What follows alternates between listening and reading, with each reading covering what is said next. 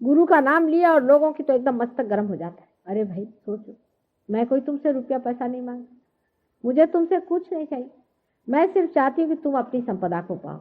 और अगर वो संपदा नहीं मिल रही है तो मैं तुमसे बता रही हूँ कि ये जिसको आदमी को जिसको भी तुमने अपना गुरु माना है, ये गुरु के योग्य नहीं। इसको क्यों माना तुमने, उसका कारण मैं अब आपको आगे बताऊंगी। इसके लिए आप अगला जो चक्र है इसको आप देखिए। ये आपके पेशानी है, ये पेशानी आपकी 11 रुद्रों से बनी है, इसमें एकादश रुद्र है। ये बहुत ही बड़ी चीज है।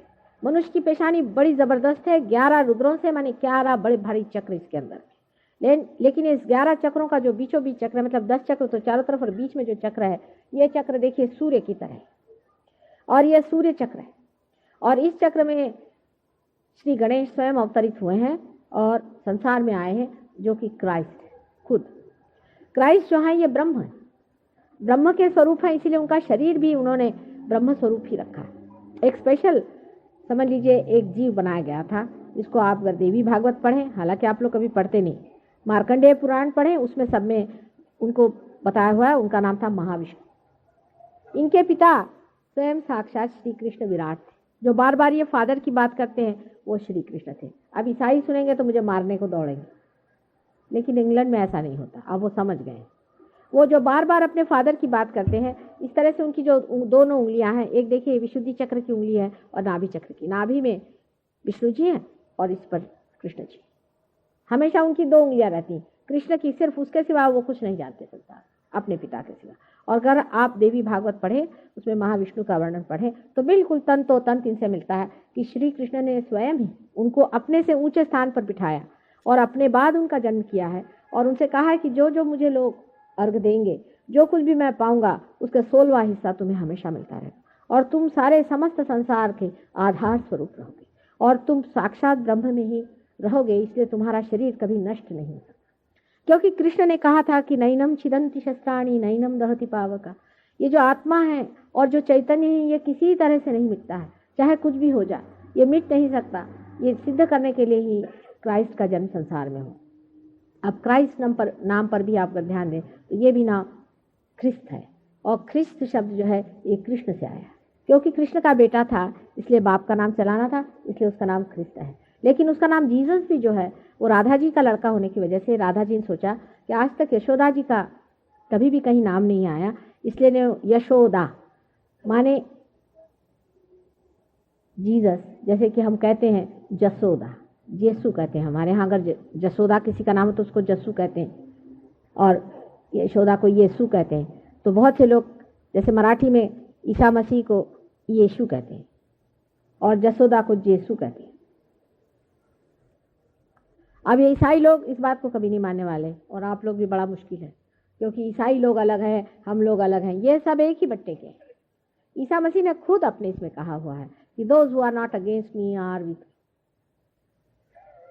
वो कौन लोग हैं जो उनके साथ हैं?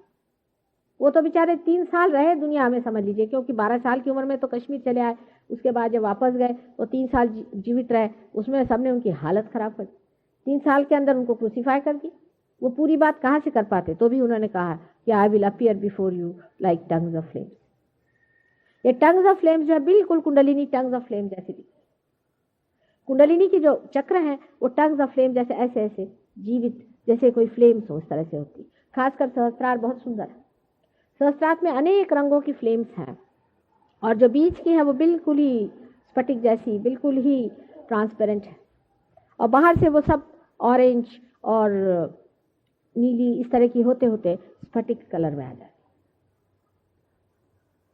एकदम कमल के जैसे। सहस्त्रार इस तरह से है, उसमें 1000 पंखुड़ियां। अब डॉक्टर लोग कहते हैं कि 900 हमारी वो हैं और 982 हैं और 8 हमारी मोटर नर्व्स हैं, और ये बेकार के झगड़े करने से कोई फायदा है।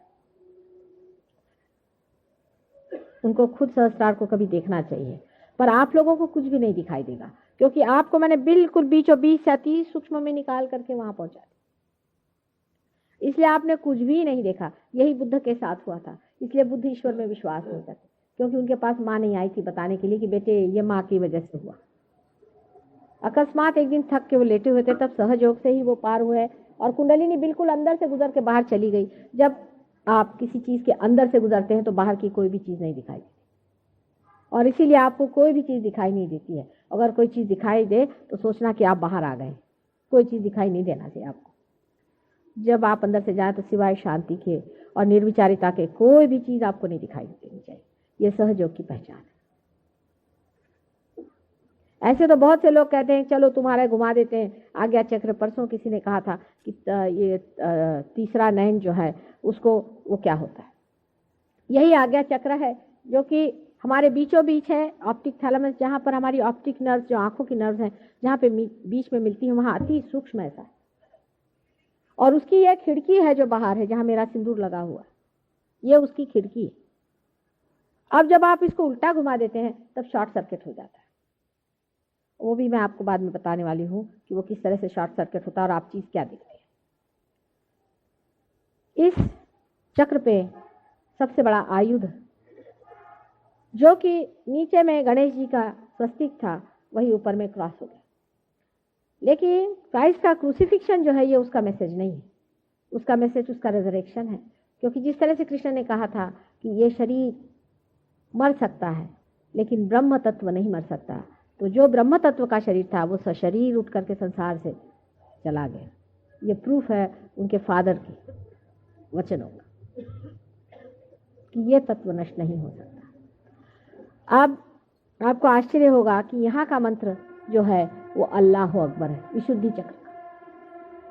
कान में उंगली डाल करके आप अल्लाह अकबर कहें तो आपकी सर्दी जुकाम अभी जो आप खांस रहे ठीक हो जाए, अगर आप पा रहे हैं तो। अल्लाह अकबर का मतलब है अल्लाह जो है वो विराट है, अकबर माने विराट है। और ये श्री कृष्ण का वर्णन है। मोहम्मद साहब ने खुद ही श्री कृष्ण का वर्णन इतने जोर से किया हुआ है। जहाँ जहाँ उन्होंने अल्लाह कहा वहाँ वहाँ वो श्री कृष्ण की बात करें। जहाँ जहाँ क्राइस्ट ने फादर की बात कही वो श्री कृष्ण के बारे में कह। लेकिन निराकार की बात इसलिए की कि निराकार की बात किए बगैर लोग जो है बिल्कुल जड़ता में फंस गए। जिस देश में, यानी अपना ही देश समझ लीजिए, यहाँ पर कि पहले साकार की बात की गई, फूलों की बात की गई, तो लोग कहने लगे कि फूलों पे बैठ जाओ, शहद की किसी ने चर्चा ही नहीं करी।